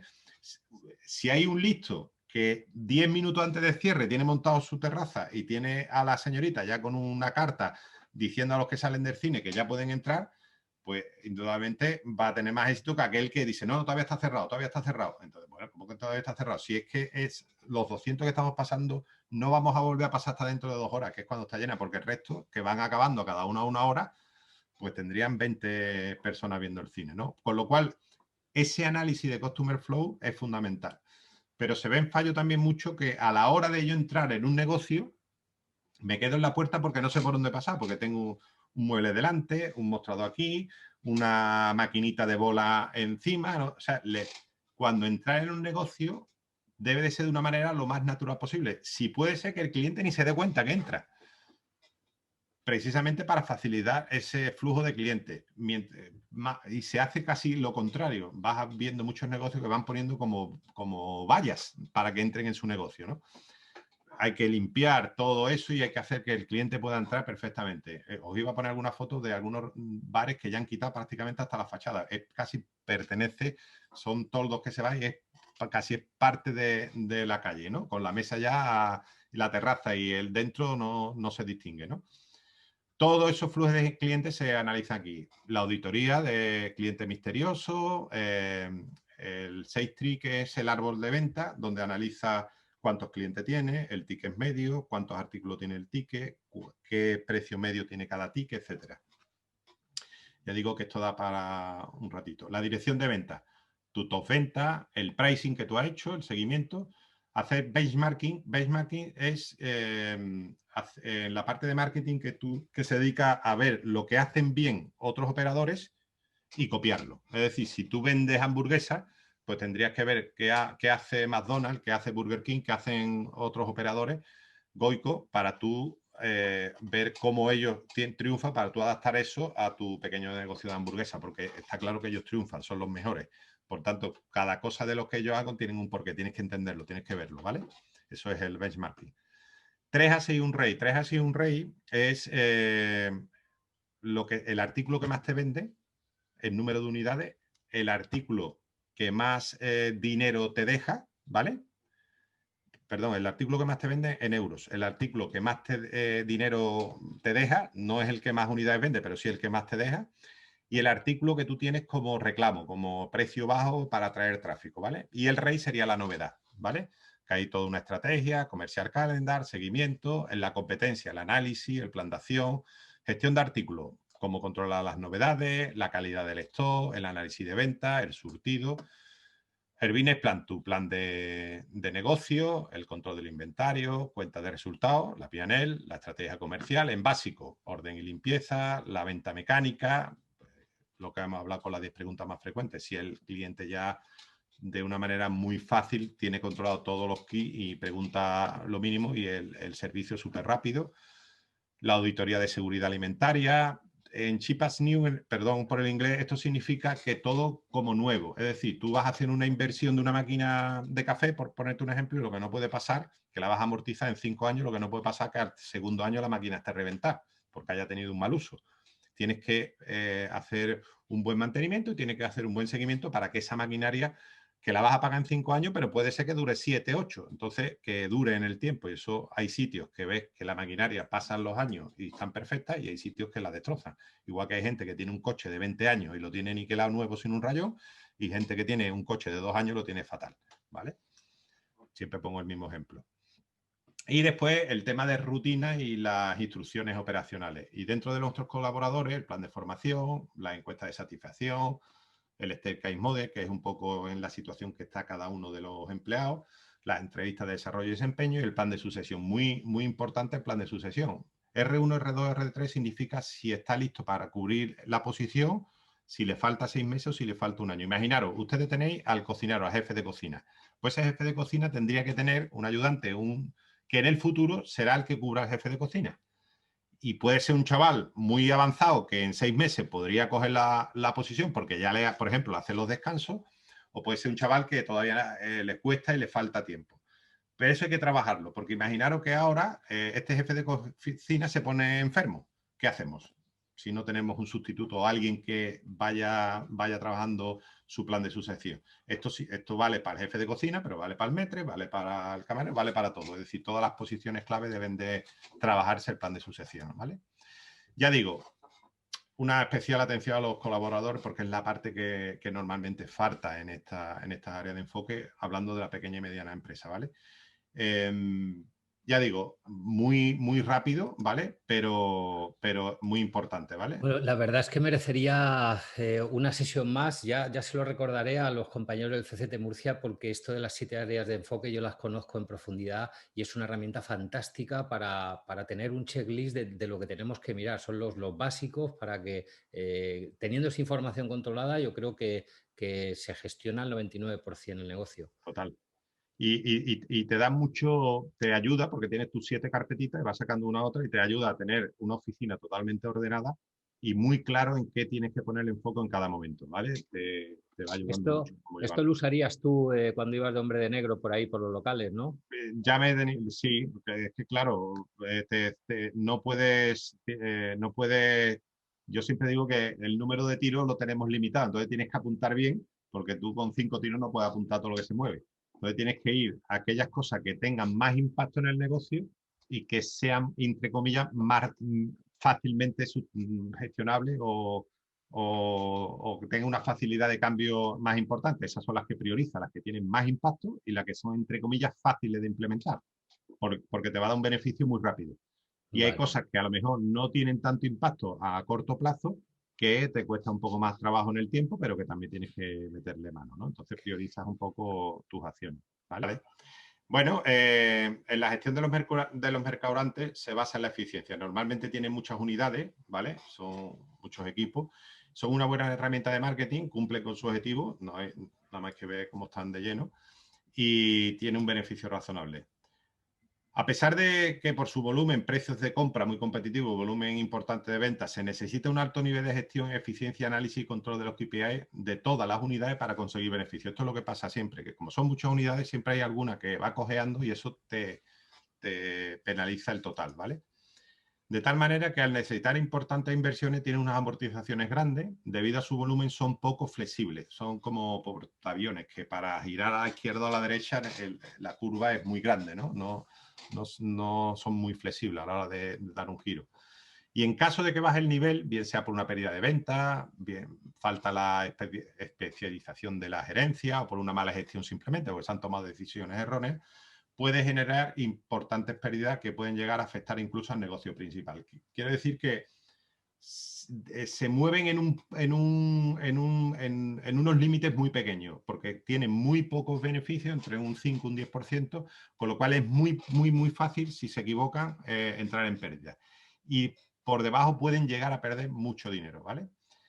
Cuando no se generan beneficios, algunas empresas optan por una consultoría externa o por externalizar el servicio en empresas de hostelería que son especialistas, ¿no? Para aprovechar estos beneficios que hemos estado comentando de esta herramienta de marketing para que apoye al negocio principal, pero con una gestión más especializada para evitar pérdida. Un poco salvando la distancia lo que ha hecho el Corte Inglés, ¿no? Que ha empezado a quitar su enseña de Corte Inglés para darle ese potencial de visitas a la tienda, pero ya externalizando los servicios, ¿vale?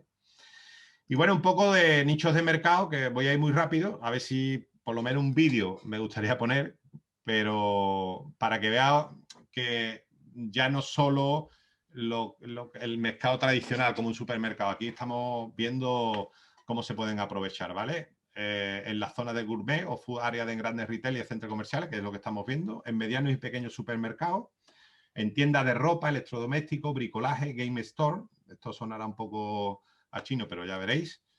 En service room, en hoteles, lo del telepisa, apartamentos turísticos, espacios de ocio, deportivos, etcétera.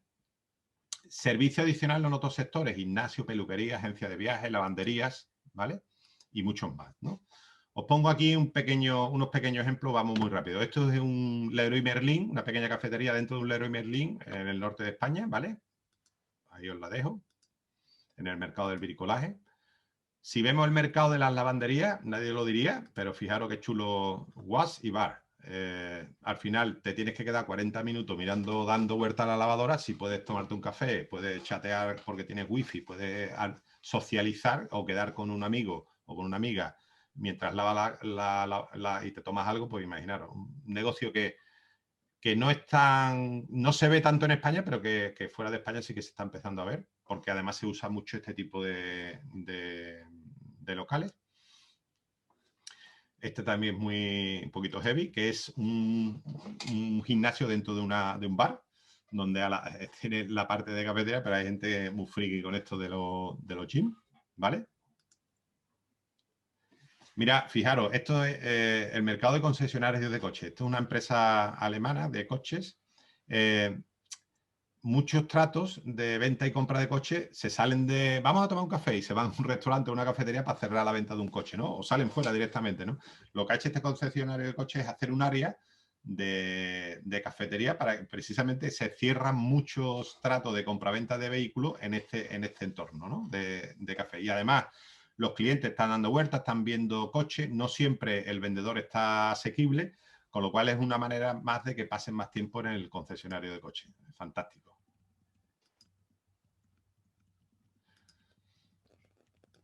Y aquí os he puesto unos vídeos de lo que es el Corte Inglés, etcétera. Óscar, no sé si tenemos 4 o 5 minutillos. ¿Nos alargamos? Sí, adelante. Bueno, me estaba preguntando, aprovecho, Pepe Ors, que te mando un saludo, antes te he visto a la entrada y se me ha olvidado saludarte. Buenas tardes. Preguntaba si conoces algún ejemplo de área geográfica, ayuntamiento, centro histórico, área monumental, donde existan mercaurantes tal como los hemos visto hoy. Yo Pues estaba... aquí, Sí, mira, sí. aquí, estos son todos de España. Sí, efectivamente. Yo le iba a decir que, o le estaba tecleando que el mercado de San Miguel en Madrid, y es un modelo que ha clonado, o sea, estamos viendo cómo la restauración se ha comido un mercado. O sea, nunca Entero. mejor dicho mercaurante. En Sevilla hay otro que es al lado del Puente Triana, en el Arenal. Hay mucho, ¿eh? Pero yo, fíjate que no he puesto esos ejemplos porque creía que ya eran conocidos. He puesto algunos un poquito menos conocidos, ¿vale? Mira, pongo aquí uno de Alicante.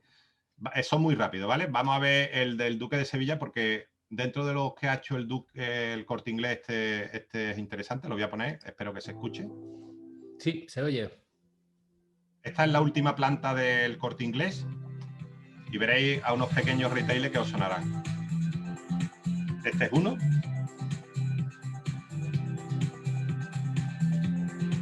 La Mar de Gamba es otra franquicia.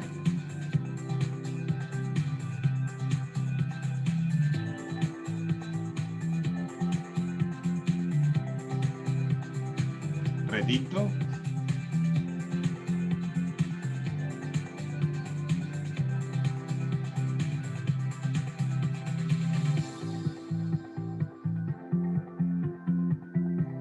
Amorino.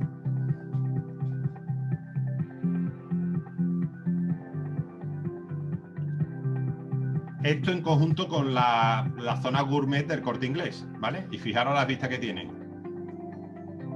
Sitio Esto fantástico. no se hace hasta ahora, Rafa, que tenemos ya el estómago va haciendo cuando es tanta buena comida.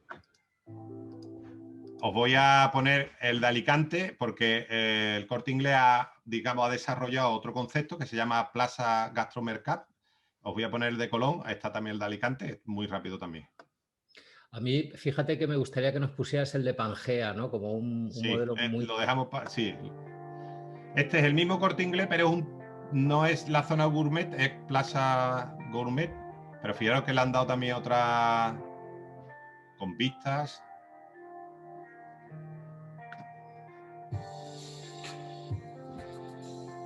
La verdad es que también lo están pasando un poco mal en Alicante, ¿eh? Entre pandemia y que, bueno, es difícil subir a la gente arriba, ¿eh? Voy a volver, como los vamos a colgar, los tenéis también ahí colgados, ¿vale? Voy a ir a uno, cuando H&M, todo el mundo conoce la tienda de ropa H&M, abrió en Barcelona, hay un restaurante allí que se llama Flac and Kyle, que es un restaurante famoso que estaba muy de tendencia en Barcelona, y merece la pena verlo porque es una tienda de ropa, y diré, oye, un restaurante es una tienda de ropa, pues veréis.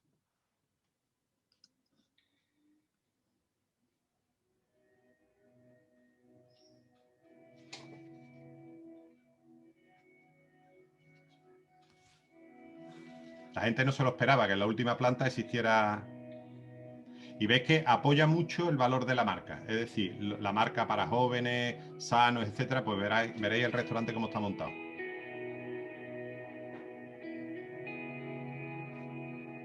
Teresa Carle es la responsable del restaurante. Es una pequeña empresa en Barcelona. Sí, el concepto flexitariano es muy interesante.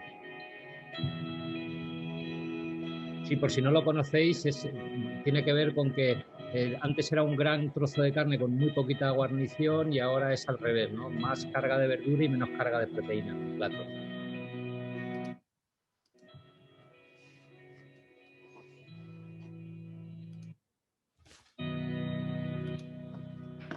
Qué cookie, ¿no? Sí, vale, vamos muy rápido porque ya vamos.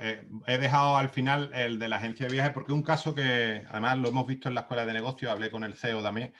Fijaros, esta persona era el CEO de una persona que invertía en bolsa, de centros que contacta siempre con inversores, con empresas nuevas, etcétera.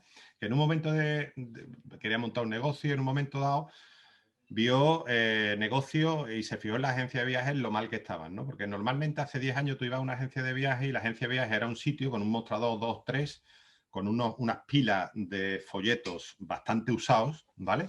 Tú decías, ¿dónde te querés ir? Pues yo me quería ir a Palma de Mallorca y tras, el Corte Inglés te daba allí el folleto de Palma de Mallorca, ve viendo ya y qué hotel, y todo lo máximo que la persona que está enfrente decía, tú veías ahí un montón de hojas y de hoteles, pues tengo de oferta pues está muy bien porque ahí han ido, no sé qué, no sé cuánto, y ni siquiera había estado en ese hotel, la han hablado bien, la hoja ¿me puedo llevar el folleto? No, no te lo puedo llevar, estaba súper arrugada, de 20.000 veces pasada la hoja, el ambiente casi olía mal, mucha gente, es decir, era todo menos agradable hacer una visita a una agencia de viajes. Sin embargo, le llovían porque tú querías un billete de avión, tenías que ir a una agencia de viajes. Tú querías un billete de tren, tenías que ir a una agencia de viajes. Para casi todo tenías que ir a una agencia de viajes. Esto evolucionó a tal punto de que prácticamente dejaron de tener visitantes. Por eso tiene tanto problema el Corte Inglés, ¿no? Entonces, en ese momento fue cuando esta persona de Pangea va a la agencia de viajes y dice, bueno, ¿por qué? Es verdad que la agencia de viajes ya no venden billetes de avión, que ganaría mucho dinero con ese volumen, pero la gente sigue viajando un montón y la gente tiene muchísimos problemas a la hora es muy trabajoso cuando tú viajas al extranjero y te planteas tu viaje en internet, te cuesta porque tienes que ver la agencia, tienes que controlar, o sea, son muchos días, es muy farragoso, ¿no? Y al final siempre cuenta cuando vas a la India con alguien que ha estado, ¿no? Entonces esta persona dice, oye, si yo pudiera montar un negocio con este sentido, es decir, a gente que quiere hacer viajes de verdad, no comprar un billete del AVE, no, para gente que quiere hacer el viaje de su vida, pero que la persona que le venda el viaje y la experiencia que tenga sea de alguien que ha estado allí. De manera que si tú eres runner y te vas a correr la maratón de Nueva York, el tío que te está atendiendo es runner y ha estado en Nueva York 3 veces. Y entonces te va a decir, no, mira, es mejor este hotel porque está cerca de la salida, aquí sale, aquí entra, por la noche puedes comer en tal lado, después al otro día yo me fui a ver esta cosa porque te lo está vendiendo la persona que ha hecho eso. Pero si tú en vez de runner eres submarinista y te quieres ir a Tailandia, pues el tío que te está atendiendo ha hecho eso también, ¿vale? Y tienen una serie de paquetes muy exclusivos donde te llevan a sitios verdaderamente rutas que han descubierto ellos mismos. Ellos mismos se van y descubren la ruta y llegan a acuerdo con pequeños operadores y te venden desde el autobús, el coche, el conductor, todo, ¿vale? Todo el viaje. Y ahí salió Pangea, ¿vale? Pangea está en Madrid y en Barcelona. Nosotros vimos la de Madrid, yo vi la de Madrid, Barcelona, la conozco por vídeo, pero no la he ido a ver, pero la de Barcelona es donde han desarrollado muchísimo más la parte de restauración porque fue un éxito en Madrid, pero ya Barcelona ha sido la leche. Entonces estamos hablando de una agencia de viaje, fijaros, en el año 2020, donde tú dices, coño, ¿quién está ahora una agencia de viajes? Si todo el mundo lo hace, pues tienen un éxito fantástico y el restaurante muchísimo más. Siempre hablando antes de... Y fijaros cómo es el negocio, ¿vale? Y con esto terminamos. Esta es Pangea.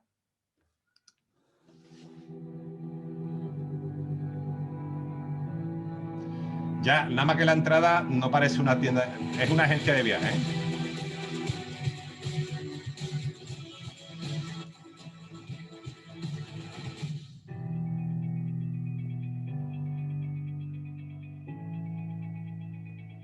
Aquí se ve un poquito a la izquierda el restaurante, que es como una terraza, toda la zona que tiene.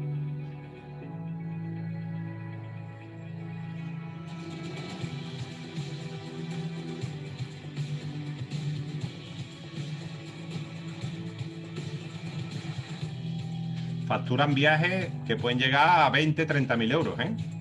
Un tobogán para bajar las escaleras sin... Pero he visto que tocan temas de bodas, temas de Para viajes de todo. empresa, para todo, ¿no? Ahora veréis el restaurante, es alucinante lo que han hecho, ¿vale? Está abierto, ¿eh? Podéis pasar por... Los que son de Barcelona pueden pasar a verlo. Además son gente súper amable, te explican todo. Y la experiencia, sobre todo, lo que tenéis que tener en cuenta es cómo cuidan la experiencia del cliente en ese entorno. Es que tú tienes que hacer un viaje importante y vas allí seguro. O sea, la unión que tienen con el cliente ya es por años. Recuerda un poco al Starbucks de los viajes, ¿no? Sí, aquí tenéis el restaurante, fijaros. Este es el restaurante de una agencia de viajes.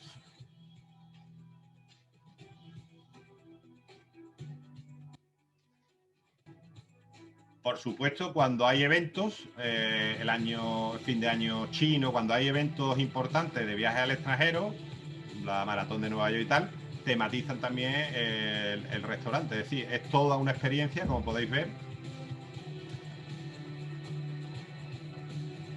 de lo que es un mercaurante, ¿no?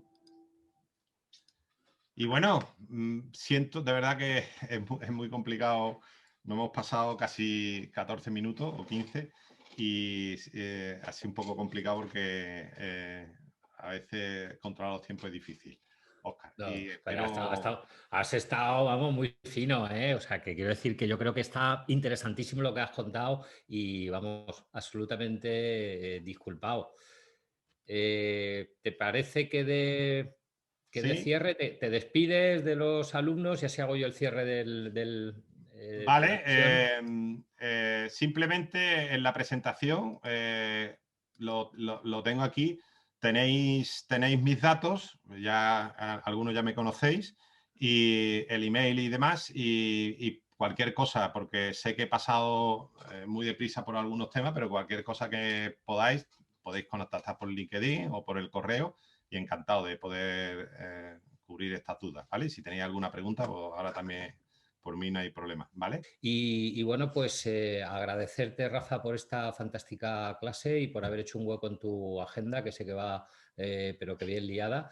Agradecer a todo el equipo que posibilita este webinario, a Marta Ceballos y a Carmen Ross por el CCT de Murcia, a nuestra compañera de GastroUni, Marta Francisco, y por supuesto a nuestro profesor Rafael Fernández Sosa.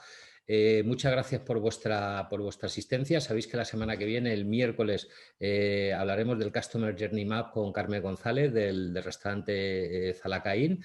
Y bueno, nada más, despedidme de todos vosotros, espero que tengáis una buena tarde, preludio de una estupenda noche. Así que muchísimas gracias a todos, muchas gracias Rafa y nos vemos Gracias a prontito vosotros. por estos sitios. Muy bien. Hasta luego, chao, chao. Gracias a todos.